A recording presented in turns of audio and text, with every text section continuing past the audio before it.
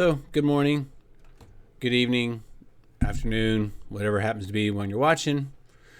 It's been about a week since I've done a video. Took a 4-day weekend this past weekend, went camping with the family. Had a really good time. It was nice and refreshing. I had a really good time. And I got my new Gadsden Don't Tread on Me flag, and yeah, I got my Four Horsemen shirt going on. So yeah, there's all that. Trying to keep this one somewhat short. A lot of stuff's come out over the last week or so. I'm going to try to hit the highlights. First thing I want to get to is the media. If you've been a subscriber and you watch my video, I've been doing a thing on NLP, or neuro linguistic programming, where you're being programmed and the media is using language techniques to influence your thoughts and that kind of stuff. The bigger thing with media right now is they have chosen sides. There is no intermediary between us and the government. They are either leftist or right. Right as in political right, not correct. It is beyond evident, and if you don't see it now, you are brainwashed, or you're not paying attention, or you're still under the old school belief where the media is the fourth branch of the government. They're not.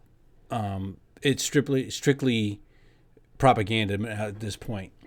You have CNN, ABC, CBS, NBC, all your legacy medias, and mainstream media that are fully in the tank for the left. You have Fox News as the counter, which is fully in the tank on the right, but they've actually started to drift somewhat left, or I should say more towards the center. But that's basically where media is supposed to be. Just like our judicial system, our judges are not supposed to be left-leaning or right-leaning. They're supposed to be law-leaning.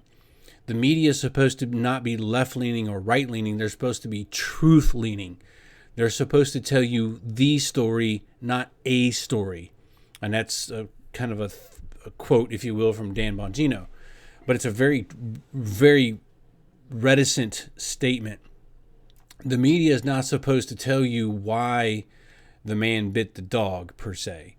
They're not supposed to tell you his political ideations. They're not supposed to tell you, that he's a, racist, whatever person because he doesn't like the Chihuahua brand of dogs, and it's not what they're supposed to do. They're supposed to tell you man bit dog on this point in time at this particular place, etc. What you have now is you have Pravda on both sides of this. You have Pravda. You don't have media. You don't have journalists anymore. There's some exceptions. So I'm not throwing a blanket over the whole media per se, right? But you have now Pravda. You have the media in conjunction with governmental agencies, governmental people, congressmen, senators, pushing narratives, not the truth. They're pushing narratives to try to steer the general population's attention into a specific area for very specific reasons. A is to draw your attention away from the other stuff, which is the truth, but they're trying to get you to believe a certain narrative. All this stuff that came out with the coronavirus is a prime example. Let's go back to when Trump first got elected. You had the biggest hoax in our history, basically, with the whole Russian collusion thing. It's all fake. It was all fake from the very beginning. Facts are now coming out and have been coming out and slowly being leaked out to where the whole Russian collusion things, it's a bunch of lies. None of it is true. Not one person that has been charged or prosecuted, none of their charges have had anything to do with anything Russian. None of them. None of them. The most recent thing going on in the news right now is Michael Flynn. It's come out, he withdrew his guilty plea.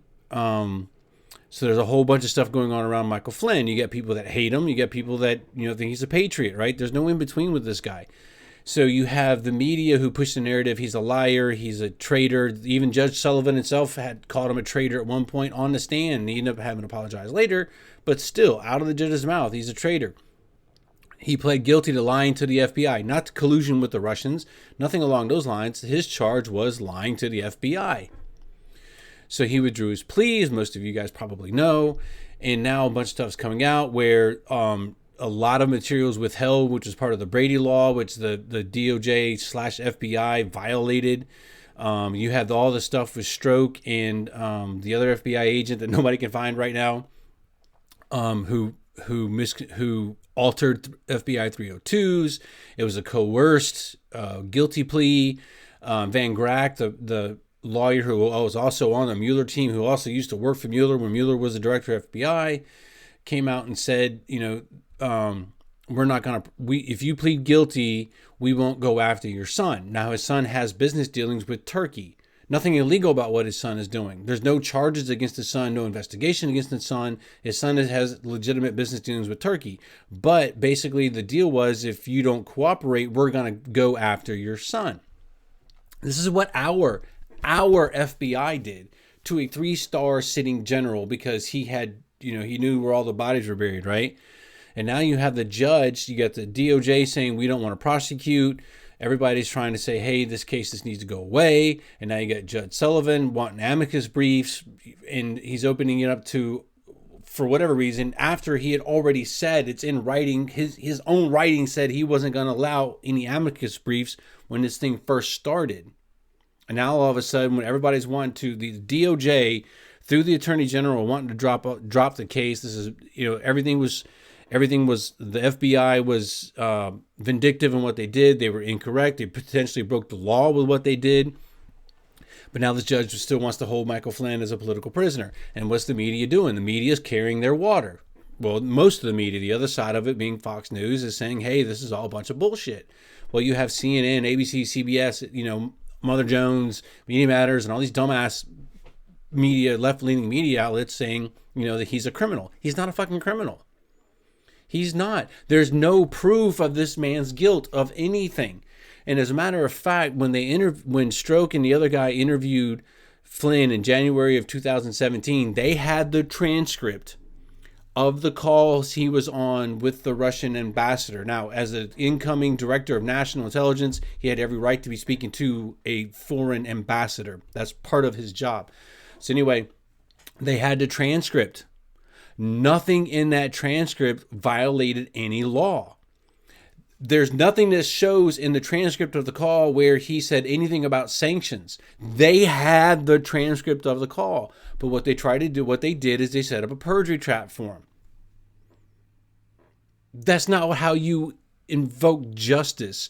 When you are investigating a person for a crime, you investigate all aspects. You investigate to find where he's guilty. You investigate to find where he's innocent. You investigate everything in between. You gather all information.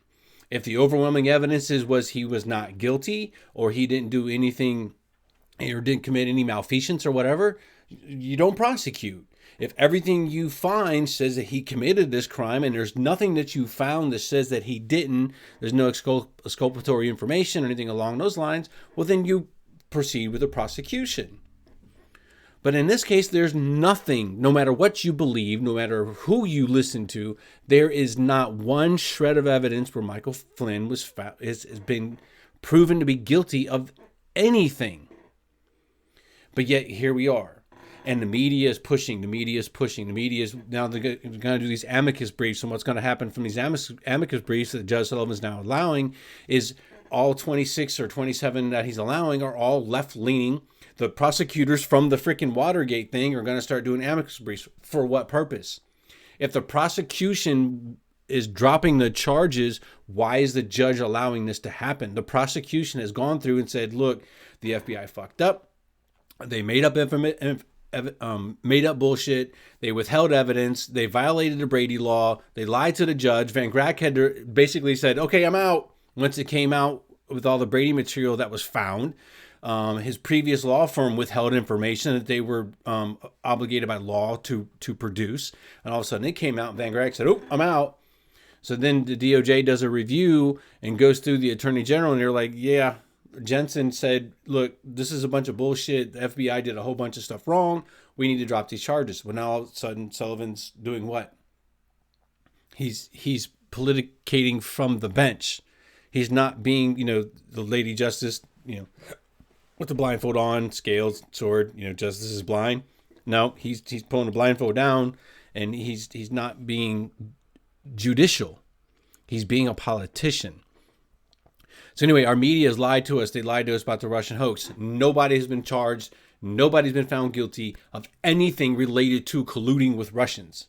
Nobody has. Not Trump, not Flynn, not Cohen, not anybody. Even the ones that were arrested and charged, it was all bullshit extraneous charges they got charged with that were some stuff that was uncovered during an investigation.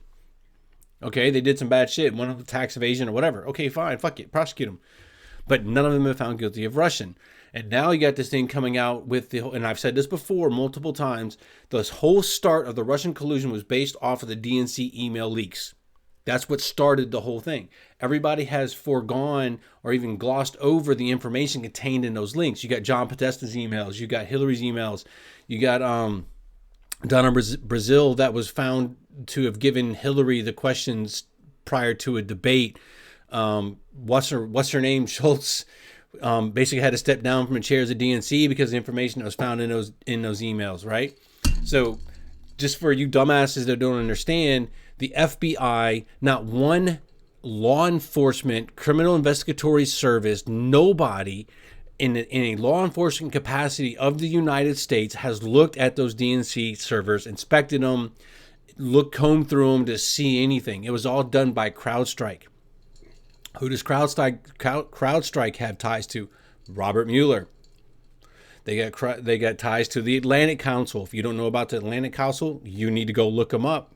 They're not a good organization. They got ties to Ukraine. Look what everything that happened with Ukraine. But our own, not one investigatory service of the United States has examined those servers. There is absolutely no proof that those servers were hacked by the Russians. No matter what you believe, no matter what you think, if you dig into it and look, even in the Mueller report, the word appears to have.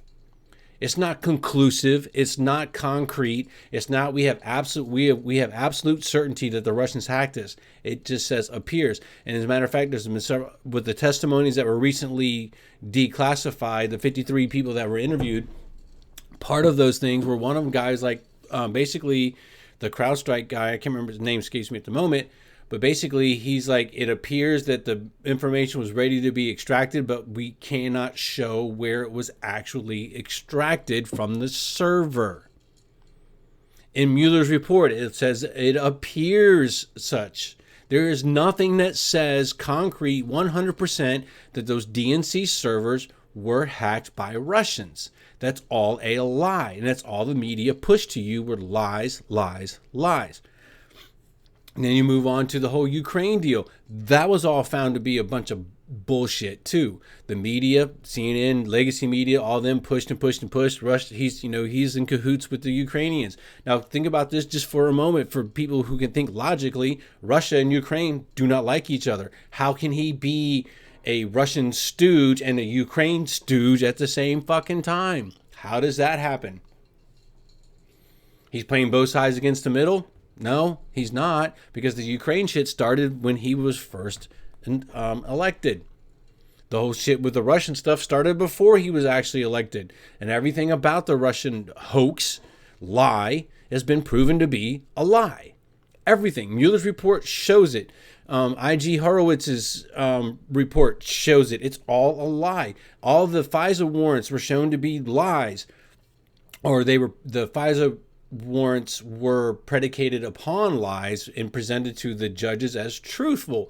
That was all shown to be lies. And then they examined 29 other random FISA warrants, and every one of them had significant issues with them. So our own FBI, the premier law enforcement agency of the United States, lies. They're going after private citizens, because that's what Trump was before he was elected. That's what General Flynn was before he became the DNI. They've gone after and targeted individual private citizens, violating U.S. law by doing what they did. And yet here we are. And now what are we stuck with? We're stuck with this stupid ass coronavirus stuff. Everybody's still afraid to go outside. I got a cousin who's still like, oh, he's going to believe Dr. Fauci before he believes Trump. Dr. Fauci has flip-flopped more times than a fish on a fish out of water. Oh, this virus isn't that bad. Oh, it's the worst thing ever. Oh, you shouldn't be wearing a mask. Oh, everybody should be wearing a mask. Oh, there's no need for a vaccine. We don't know if the vaccine is going to work. Oh, everybody needs to get vaccinated. And he's got ties to the company that's pushing for the vaccine under the Bill Melinda Gates Foundation. He has a distinct conflict of interest with his position and what he's promoting. He was just on TV the other day when Rand Paul started challenging him. He flip-flopped again. We can't believe anything anybody's telling us about all the COVID stuff. The numbers have all been inflated. I've made multiple videos about this. We can't believe the numbers of the COVID. And now all of a sudden people are testing. Oh, there's going to be this big wave. Florida, Georgia opened up, right? Oh, we're going to have this huge spike. Florida's stupid. The governor, Santos, is stupid. It hasn't happened. We've been open for, 2-3 weeks now in Florida? Or officially opened, if you will. Where's this death toll? Where's all these COVID bodies, zombies laying around, dying, rotting in the streets? Hasn't happened yet. But yet here's Cuomo every day on fucking TV from New York saying everybody's praising Cuomo and his proactivity. But yet he sent COVID patients to fucking nursing homes and wiped out nursing homes. There was something about a 70-something% rate of infection at nursing homes in New York because Cuomo forced these nursing homes to accept patients. But yet he's a fucking hero, according to the press. And DeSantis is, Satan incarnate because he opened up everything early. And now we got citizens, like some of my family members or whatever, that are sitting back, don't know what the hell to do, and they're believing Fauci before they believe Trump. They're afraid to, everybody's going to catch it. And I keep asking the same question, so what? Antibody tests are showing more and more and more that millions upon millions of people who've had this never showed a symptom, have antibodies, and got over it. How deadly is this? Now you can't believe numbers because everything's being inflated. Right?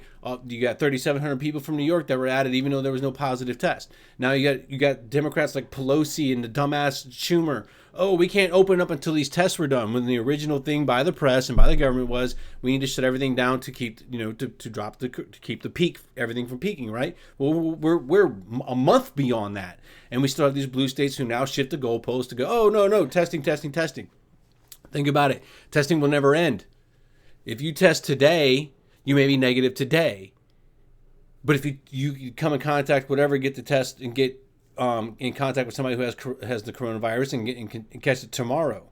So your test is only good for that particular that snapshot in time. What happens the next day, the next day? Are we going to have to get tested every fucking day? Our economy and our lives can't take this. If you're afraid to fucking go outside, shut your damn mouth, shut your fucking door, board it up, stay inside. And I read a thing on Facebook today that was poignant.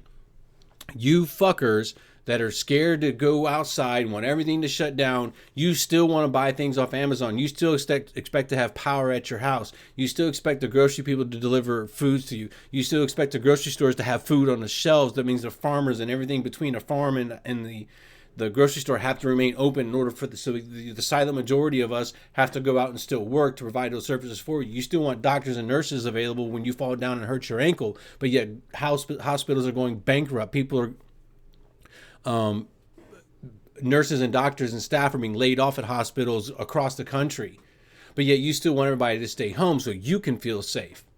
Because you don't know how bad this disease is. It's because you failed to do your own goddamn research and think independently and think logically by yourself. You're believing everything that's been told to you by the legacy media because that's what you've been taught to and raised up to believe.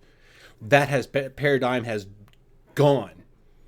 Our media is not to be trusted. You have to look at multiple different sources and pick out the gems of truth out of each one because everybody's telling you a story, not the story. Again, hat tip to Bongino for that quote. But anyway, you have people that are scared to go outside because they're believing the hype from the media. They're believing the shit about the mask, even though the mask's already been proven the mask is stupid to be wearing. You can't go within 6 feet. We got police arresting people. They're letting criminals out of jail, but then we got people being put in jail for violating the stay-at-home orders and bullshit. What the fuck is going on with this country? What the hell is wrong with us as a populace that we allow this type of shit to happen? I live in a state, I live in Florida, where we're basically back to, I'm going to say normal, right? Everything's basically opening up. But we still have dumbasses in Michigan or California. Just saw a thing today in the news. California's talking about it. Maybe, that they may extend their stay-at-home orders for 3 fucking months. For what purpose? Why is anybody on this earth believing this bullshit at this point in time?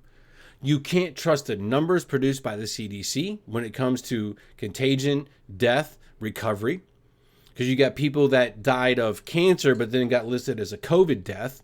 The CDC came out 2 weeks ago and reduced all their numbers, that big hubbub over the weekend or a week ago, and then it just got buried. So now the media has shifted over to testing, and then all of a sudden now contact tracing. I'm sorry, fuck you. You come to my house wanting to know who I've been around and who I've been to. If you don't have a goddamn warrant, get the fuck off my property. I mean, you better bring a SWAT team if you're going to come and start asking me some questions and think I'm just going to voluntarily give you a bunch of information because you're from the government and you're here to help. And for you people, you Karens, you Nancys, you ninnies, you piece of shit fucktards that keep calling the police because you see stuff that you think is wrong when it comes to social distancing and all that stuff, don't let me find out who you are. I'm going to be your worst nightmare. I'm not saying anything along the lines of physical violence or nothing along those lines at all. But don't let me find out, any of you that know me or are friends with me or family with me, if don't let me find out you're the one picking up the phone and calling the police on people that are having a birthday party and they got 25 family members over celebrating a 2-year-old's birthday party. Don't be that person. And if you are that person, if you're watching my videos and you're that person who picks up the phone and calls the police, think about what you're doing. You're pulling them away from actual real fucking crimes. This disease has a 98+% recovery rate, or this virus does. The death rate is high amongst a very core group of people. When it comes to normal people with normal health, it's very freaking low. It's below 1/100%. But you're calling the police because you see something that you don't think is right. That's exactly how the Nazis came into power in Germany. That's exactly how the Soviets came into power in Russia. That's exactly how the communists came into power in China. You are part of that problem. People like you are the reason why people like that came into power. Millions upon millions upon millions of people were exterminated because of people like you calling in and saying, hey, they're violating the law, when none of this is a law to begin with. I implore you, if you're the one calling and picking up the phone and calling the police, to reevaluate what it is you're actually doing. They're probably trying to go out and blow off some steam, get out of the house, go to work, whatever it is. They're trying to get their life back to some kind of normalcy. But yet you want to be the dumbass that picks up the phone and calls the police because they have 10 people there. They're 2 foot apart, not 6 foot apart. You got a mom and a daughter in a park playing on a swing, a dad and a daughter out in a softball field throwing a softball around. You got a freaking baseball team that got the police called on because they're holding a practice on a baseball field. The bases are 90 fucking feet apart. The pitcher's mound is 60 foot from home plate. The outfielders are 100 some odd feet away from home plate. They're not anywhere near 6 foot within each other. But you call the police. Multiple people call the police. Y'all need to be sterilized, if that's you. Y'all don't need to be reproducing. You do not need to be voting. You do not, just go the fuck away.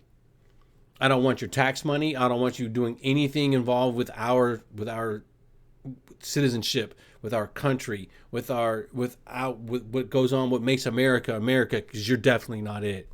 If you don't like it, don't fucking care. Have a good day.